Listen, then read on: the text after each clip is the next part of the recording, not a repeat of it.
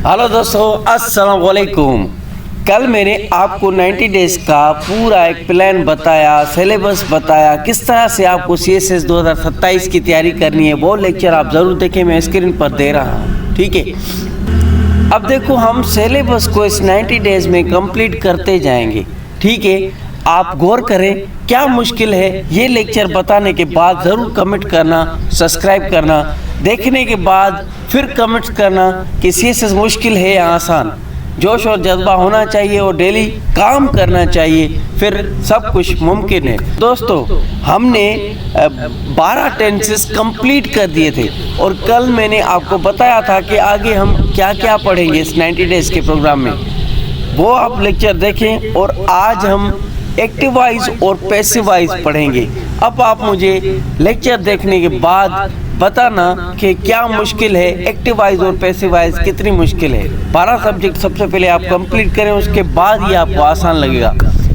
अब यहाँ पर देखो लिखा हुआ है active and passive voice English में, ठीक है। एक्टिव वॉइस क्या होता है?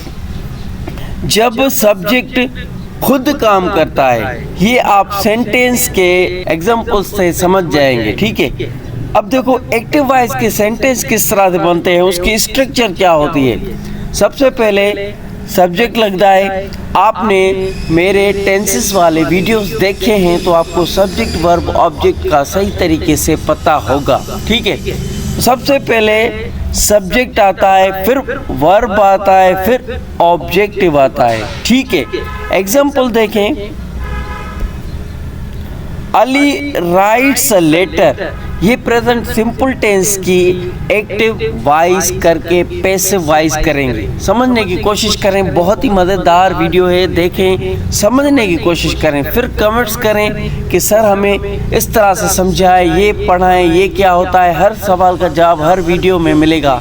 इस वीडियो के नीचे जो कमेंट्स करेगा उसको दूसरे वीडियो में ज़रूर जवाब मिलेगा। She clean the room. अब ये क्या है? ये प्रेजेंट सिंपल टेंस के सेंटेंस है और इसको हम एक्टिव वॉइस कहते हैं। अब इनको हम पैसिव वॉइस करेंगे, तो पैसिव वॉइस की स्ट्रक्चर भी देखो और समझने की कोशिश करो। अब देखो, पैसिव वॉइस क्या होती है, व्हाट इज पैसिव, ठीक है। जब काम सब्जेक्ट पर होता है, ये याद रखना है बस उर्दू में। अब बेसिक फार्मूला पैसिव का, स्ट्रक्चर सेंटेंस पैसिव का किस तरह से बनाया जाता है वो देखें। इसमें सबसे पहले ऑब्जेक्टिव आता है, ठीक है। फिर हेल्पिंग वर्ब्स आते हैं, ठीक है। फिर वर्ब की थर्ड फॉर्म आती है, फिर बाय का ज़रूर इसमें यूज़ होगा 12 ही टेंसेस में। फिर बस इतनी सी बात है। अभी आप इसके एग्जाम्पल और सेंटेंस देखकर समझ जाएंगे। प्रेजेंट सिंपल टेंस की पैसिव किस तरह से की जाती है। सेंटेंस सेम होंगे, करके दिखाऊंगा। फॉर्मेशन होगी, सबसे पहले ऑब्जेक्टिव होगा, फिर हेल्पिंग वर्ब्स होंगे, फिर थर्ड फॉर्म, फिर बाय, फिर सब्जेक्ट। अब देखो, प्रेजेंट सिंपल टेंस की जब हम पैसिव करेंगे तो प्रेजेंट सिंपल टेंस के हेल्पिंग वर्ब यूज़ नहीं करेंगे, प्रेजेंट कंटिन्यूअस टेंस के हेल्पिंग वर्ब यूज़ करेंगे। प्रेजेंट सिंपल टेंस की पैसिव वॉइस करेंगे और हेल्पिंग वर्ब कंटिन्यूअस टेंस के लगेंगे। ये ही चेंजिंग होती है। ये मैं आपको एक चार्ट बना के दूंगा कि प्रेजेंट सिंपल टेंस किस में चेंज होगा, हेल्पिंग वर्ब किसके लगेंगे, पास्ट सिंपल के पास्ट कंटिन्यू में, फ्यूचर सिंपल फ्यूचर कंटिन्यूस में। इस तरह से हेल्पिंग वर्ब चेंज होंगे और वर्ब की थर्ड फॉर्म और बाय का यूज़ होगा और सेंटेंस उल्टा बनाया जाएगा। सब्जेक्ट होता है एक्टिव वॉइस में शुरुआत में, पैसिव वॉइस में सब्जेक्ट लास्ट में चला जाता है, बस, ठीक है। एग्जाम्पल से आप अभी समझ जाएंगे बिल्कुल क्लियरली। एग्जाम्पल देखो, active voice present simple tense का सेंटेंस है, अली राइट्स अ लेटर, ठीक है। अब देखो passive, a letter is written by Ali. Subject last में आ गया, ऑब्जेक्टिव देखो पहले आ गया। प्रेजेंट सिंपल टेंस का है तो हेल्पिंग वर्ब प्रेजेंट कंटिन्यूअस का लगा, is am are. Present continuous tense के हेल्पिंग वर्ब है, इसी तरीके से कन्वर्ट होता है। राइट्स वर्ब की फर्स्ट फॉर्म है तो इसकी थर्ड फॉर्म रिटन होती है, तो ये रिटर्न यहाँ पर यूज़ हुआ, ठीक है।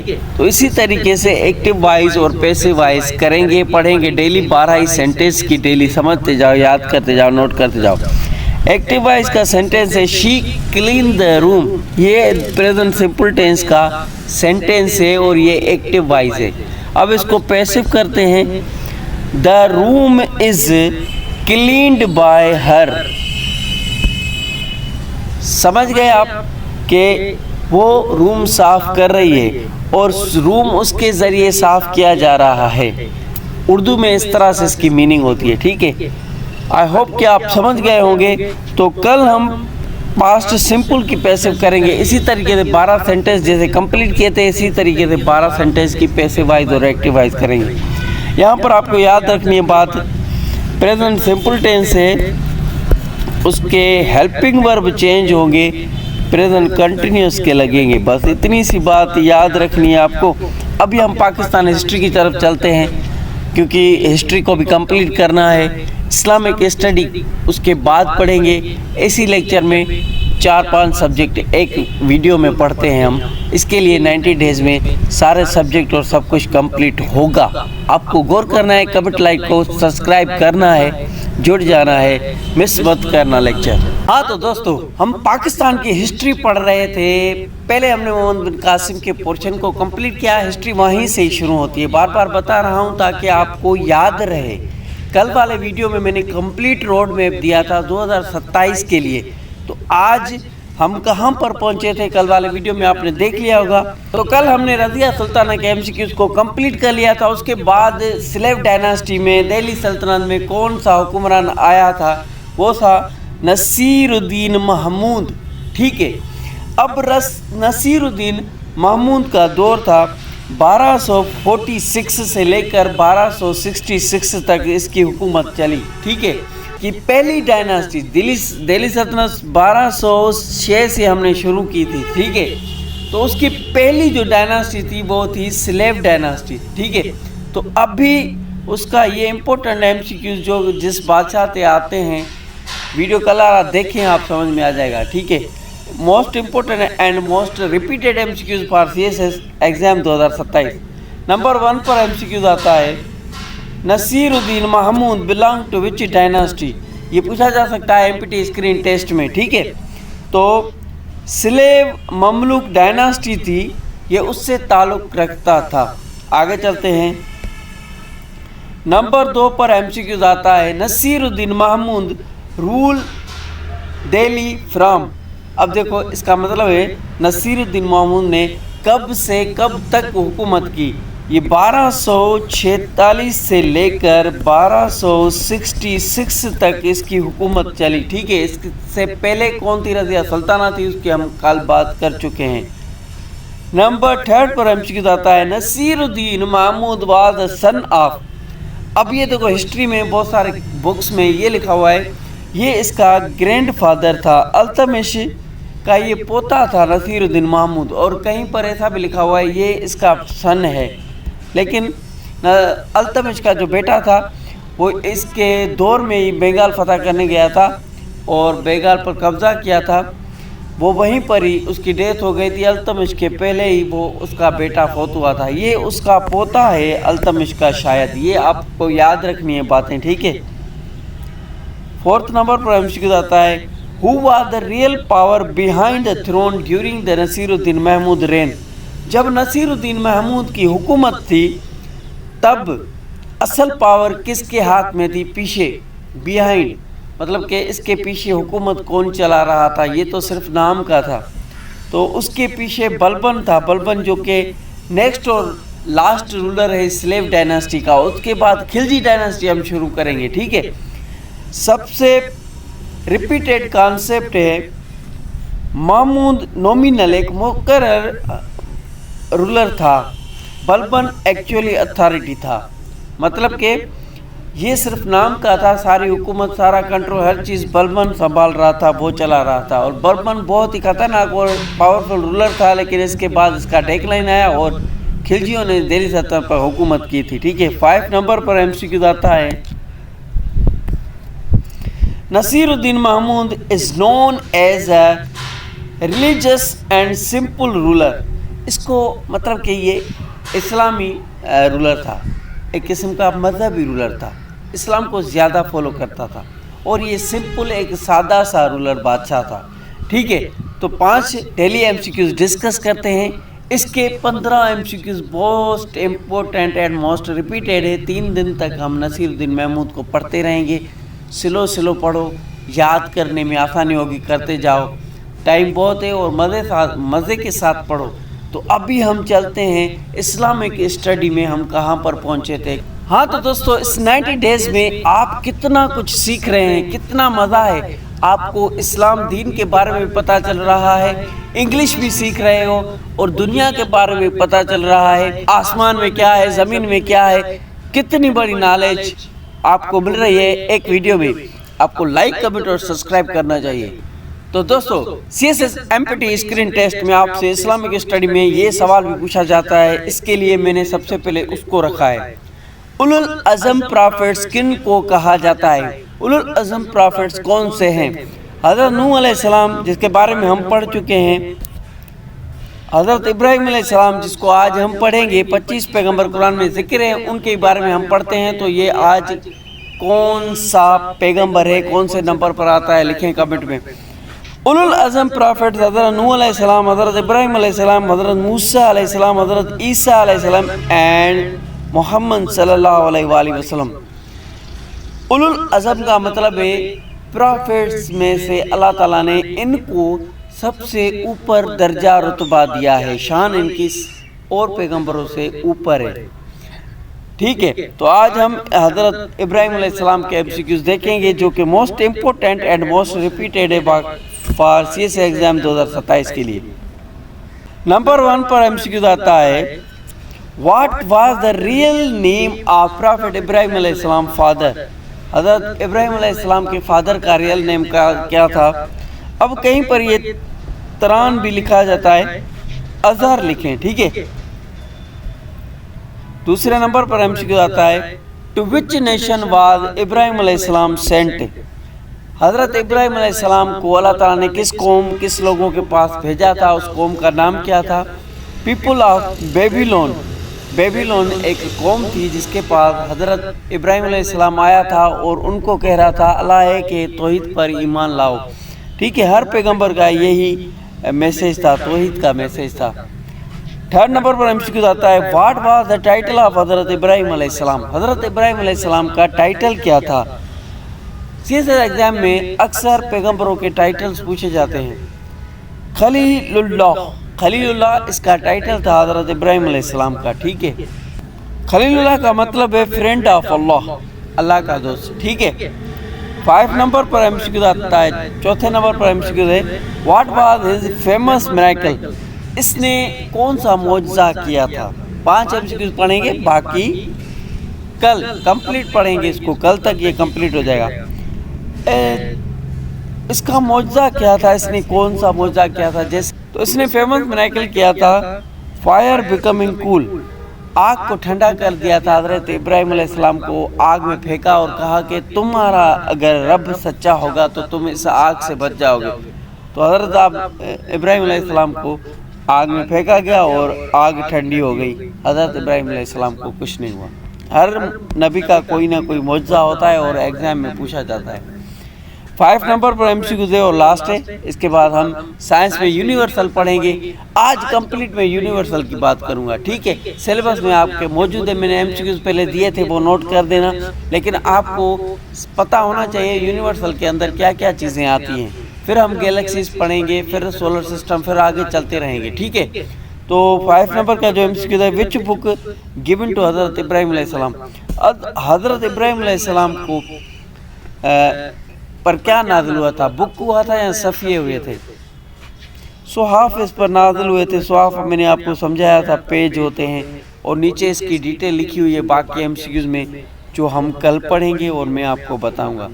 तो चलते हैं अभी साइंस की तरफ और यूनिवर्सल के बारे में आपको कंप्लीट जानकारी दे रहा हूँ इस वीडियो में। हाँ तो दोस्तों, सबसे पहले सिलेबस में यूनिवर्सल है, यूनिवर्सल की कंप्लीट डिटेल देता हूँ, देखते जाओ यूनिवर्सल के अंदर क्या क्या चीज़ें आती है। देखो, व्हाट इज़ यूनिवर्स? यूनिवर्स क्या है?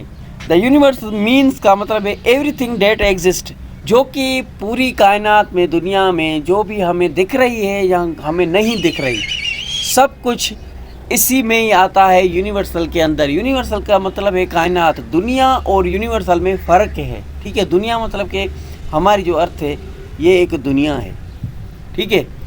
अब देखो यूनिवर्स के अंदर क्या क्या चीज़ें आती हैं। इसमें हमारी अर्थ आती है, मून आता है, सन आता है, स्टार्स आते हैं, गैलेक्सीज आते हैं। गैलेक्सीज के अंदर ही फिर अर्थ, मून, सन, स्टार्स गैलेक्सीज के अंदर होते हैं। यूनिवर्सल के बाद गैलेक्सी आती है, ठीक है। प्लैनेट्स 8 जो हम पढ़ते हैं वो भी सारे इस गैलेक्सीज के अंदर होते हैं, वो यूनिवर्सल के अंदर होते हैं, ठीक है। मार्स, जुपिटर, ईटीसी, ठीक है। एस्ट्रॉइड्स आते हैं, कॉमेट्स आते हैं, मेटेराइट्स आते हैं, जिनको हम रात को टूटा हुआ तारा बोलते हैं, वो मेटेराइट्स होते हैं। स्पेस, टाइम, सब कुछ, हर चीज़ यूनिवर्सल के अंदर आती है। All of this together are called the universal. इन सबको मिलाकर ही एक यूनिवर्सल बन रही है। अगर स्पेस में उड़ते जाओ आप, इनसे बाहर चले जाओ, सारे प्लैनेट से, सन से, सूरज से, धरती से दूर उड़ते जाओ आसमान में, यूनिवर्सल ख़त्म नहीं होगा। अंधेरा ही अंधेरा होगा, गैलेक्सीज आएंगे, आप चलते जाएंगे, बिलियन स्टार मिलते जाएंगे, आप चलते जाएंगे, ख़त्म ही नहीं होगी, कोई एंड नहीं है, ठीक है। यूनिवर्सल के अंदर क्या क्या चीज़ें मौजूद है, एग्जिस्ट करती है, ये लिखा हुआ है, ठीक है। Inside universal there are galaxies. Galaxies मौजूद हैं बहुत सारी। जैसे मैंने गैलेक्सी, आप पिक्चर ये गूगल पर सर्च करके गैलेक्सीज देख सकते हैं, कौन कौन सी गैलेक्सीज मौजूद है, कितनी मौजूद हैं, बिलियंस ऑफ गैलेक्सीज मौजूद है। Very large system that contain billions of stars. हमारी धरती जैसे और धरती से, सूरज से तकरीबन बहुत बड़े बड़े गोले स्पेस में घूम रहे हैं, वो गैलेक्सीज के अंदर होते हैं गोले। धरती और सूरज से बहुत बड़े होते हैं। जैसे कि हमारा जुपिटर सबसे बड़ा है, इनसे भी बहुत बड़े स्टार्स मौजूद हैं, प्लैनेट्स मौजूद हैं। The name of our galaxy is Milky Way. अब जो हमारी गैलेक्सी है जिसके अंदर हम रहते हैं, ये 8 प्लैनेट्स आते हैं, एस्ट्रॉइड बेल्ट आता है, मीटोराइट्स आते हैं, कॉमेट्स आते हैं, चांद, सूरज, धरती आती है, ये सब एक मिल्की वे के अंदर है। मिल्की वे एक गैलेक्सी है।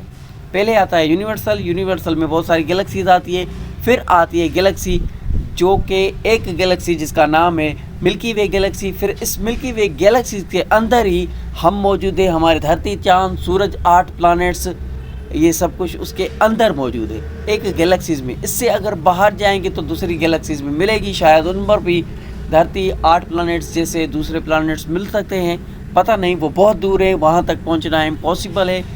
कैमरा, रॉकेट जा सकता है, इंसान नहीं जा सकता। इसके लिए मेजरमेंट करने के लिए जो मैंने आपको बताया था यूनिट, वो इसमें मेजर करते हैं कि कितनी दूर है, क्योंकि किलोमीटर से हम माप तोल कर नहीं सकते, वो बहुत बड़ा फासला है। सूरज का धरती से भी कितना फासला है आपको पता होगा, 1 एस्ट्रोनॉमिकल सिस्टम ऑफ यूनिट में आता है। अवर गैलेक्सी एग्जिस्ट इनसाइड गैलेक्सीज। हमारा जो सोलर सिस्टम है, सोलर सिस्टम में क्या आता है, बीच में सन है, बाकी 8 प्लैनेट्स उसके गोल घूमते हैं। ये जो सोलर सिस्टम बन गया ये, ठीक है, ये सोलर सिस्टम मिल्की वे के अंदर है और ये एक गैलेक्सी है, इस गैलेक्सी के अंदर मौजूद है। सोलर सिस्टम क्या है ये आप समझ लें आज इस वीडियो में। तो solar system include, solar system के अंदर क्या क्या चीज़ें मौजूद है। सन मौजूद है जो कि एक बीच में खड़ा है, स्टेशनरी है, इसको कहा जाता है एट द सेंटर। बाकी इसके अर्थ गोल घूमती है, मार्स घूमता है, जुपिटर घूमता है। हर कोई अलग अलग डेज, हर प्लैनेट्स का अलग अलग डेज होता है। किसी का 686 होता है, किसी का 1 साल होता है। हमारे धरती का चक्कर, जो कि धरती 1 साल में वापस घूम कर आती है। सैटर्न है, वीनस है, मर्क्यूरी है, यूरेनस है, नेपट्यून है। ये सब क्या है, ये सोलर सिस्टम है, ठीक है, ये सोलर सिस्टम का पार्ट है, ये याद रखना चीज़ें, ठीक है। All of these together form the solar system. ये सब मिलाकर सोलर सिस्टम बनाते हैं। इसी तरीके से आप स्ट्रक्चर वाइज पढ़ेंगे ना, हर चीज़ को कनेक्ट करते हुए, तो हर चीज़ आसान है। स्टार क्या है? The sun is also star. सूरज को स्टार कहा जाता है और इसको ड्वार्फ प्लैनेट्स भी कहा जाता है। The shining dots we see at the night are star.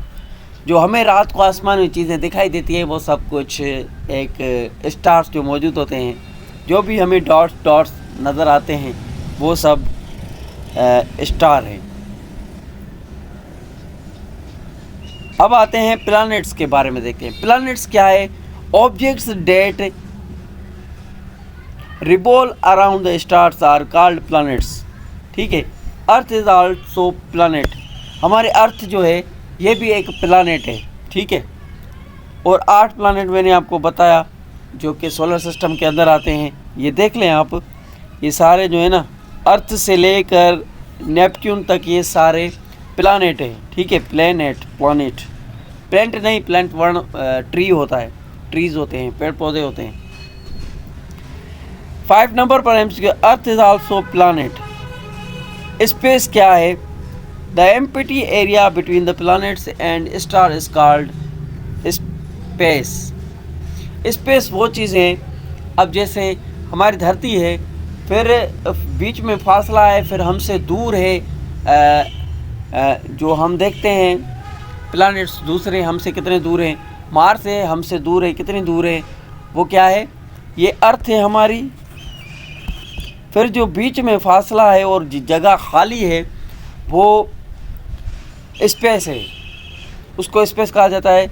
फिर मार्स आता है, फिर स्पेस है, फिर दूसरा प्लैनेट्स आता है, फिर स्पेस है, फिर दूसरा प्लैनेट्स आता है, फिर स्पेस है, फिर सन आता है, फिर स्पेस है, फिर चांद आता है। स्पेस इसको खाली जगह को कहा जाता है जो बीच में होती है, डार्क।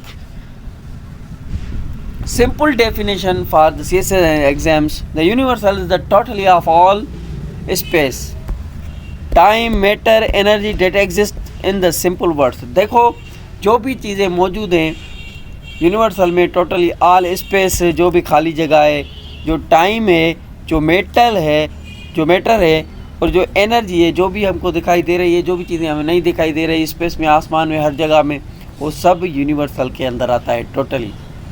ठीक है।